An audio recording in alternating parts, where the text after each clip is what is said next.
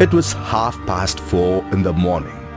The lights were glowing brightly in the Sultan's chamber. Shahrazade, the story is excellent. You're really great in telling excellent stories. Your Highness, there is another story about a fisherman, which is much more interesting than this. Please tell me the story. But Your Highness, it's almost dawn. If I start the story now, I can complete it tomorrow only. All right, let me postpone your punishment by one more day. Thank you, my lord. Let me start the story.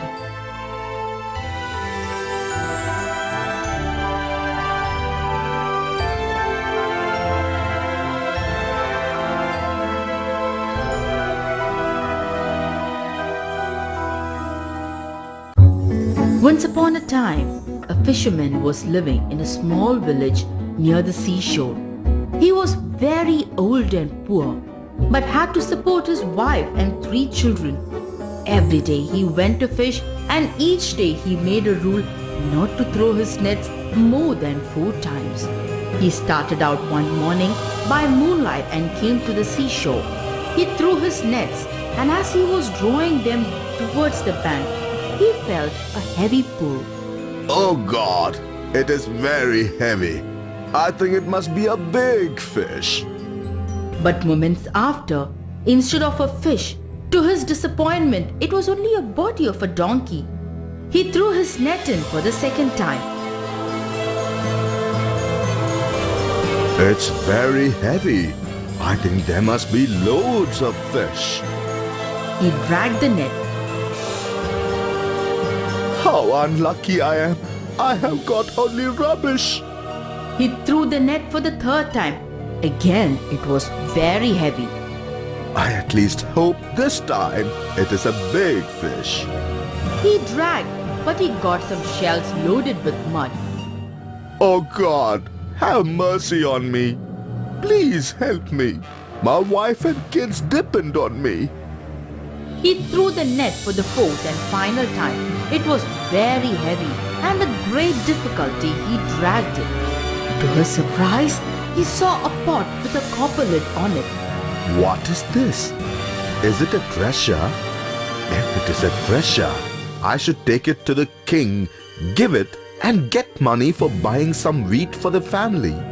He shook the pot to find out if there was something inside. No sound was heard. He broke the lid. Immediately, a thin line of smoke emerged from the pot. Slowly, the smoke became big, and a thick smoke appeared in front of the fisherman.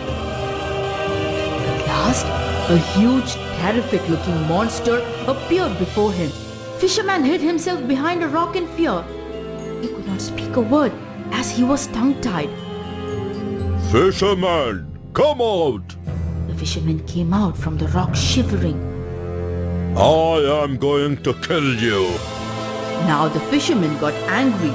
He used all his guts and spoke. What do you mean? For freeing you from the pot, you want to kill me? Yes, I was inside this pot for 300 years. In the 1st century, I thought that if someone freed me, I will give them enormous wealth. But none freed me. In the 2nd century, I thought I'll make a person as the king. If someone frees me, now help me. Vexed with all these, I decided to kill the person who saves me. Now, you have freed me. Fisherman thought of a plan. Monster, don't try to fool me with all these stories. You're so huge and you want me to believe that you have come out of this. If you don't believe, look at me carefully. I will go inside and come out to show that I was inside the pot. The fisherman watched carefully. He waited for the monster to get inside completely. As soon as it went in, he hurriedly took the lid and closed it tight on the jar. You have cheated me. Why have you put me again inside? I will get you all the riches. Please let me free. Am I a fool to believe you? You have cheated me.